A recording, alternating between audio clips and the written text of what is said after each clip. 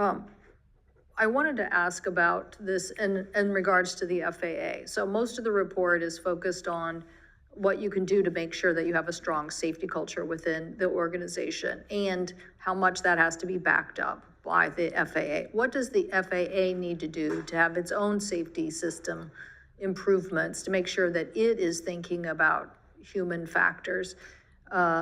Or across the board, a variety of issues that can enhance security, particularly at a time of changing technology. How do we get an FAA who is up to speed? ANCSA said, let's have this group that is at the beginning of the certification process kind of detail out more of the risk factors so that that discussion could happen.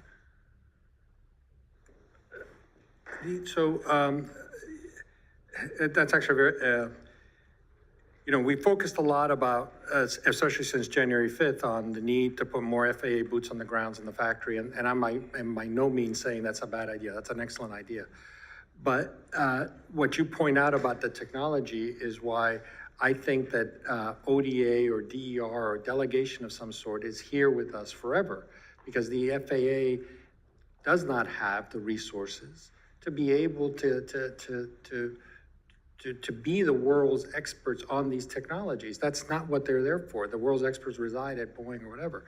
The key thing, I think, is that the FAA has to have the ability to interface with the world's experts. And that's a different set of skills that's needed. You're not going to be conducting the cutting edge research, but you should be able to talk to the people that are developing that technology and be able to understand it, and in particular, understand how it impacts the safety and the operation of the aircraft.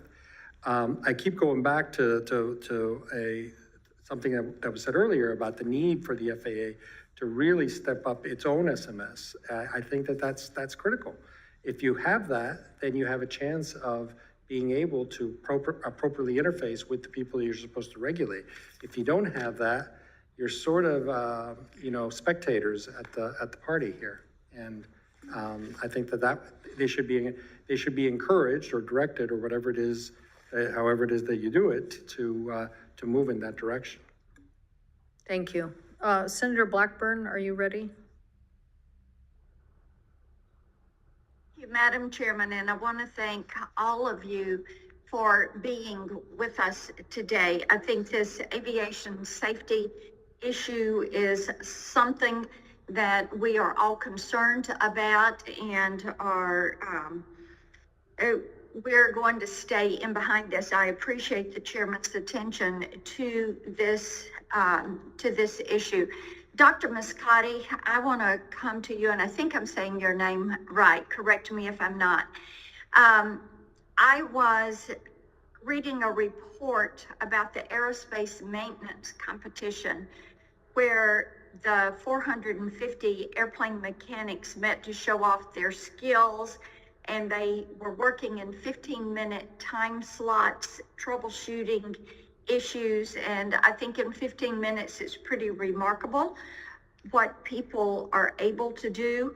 And it's important to know that there are skilled people. You look at what has happened with these different reports, Alaska Airlines, United Airlines, the Boeing planes that have come up. So when you look at this and you see the skills training that some of them have, where is the disconnect in this? Where is it a lack of skill? Is it a lack of training or preparation, or, is it inattention?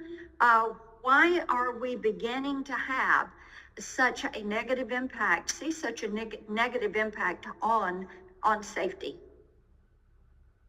Thank you, Senator. This issue, we didn't study that here, but your question reminds me of Aloha Airline and the accident that it had around, I think it was 1998 or so. And it was started with the aviation maintenance related problem.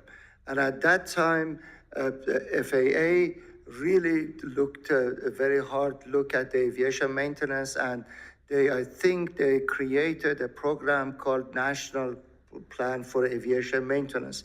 And then at that time, one board member of NTSB, who was later elected to NTSB, the Honorable John Golia pushed on this a lot. The issue of aviation maintenance, ma'am, is extremely sensitive to the human factors and safety culture issues that my colleague, Dr. Dillinger, is talking about.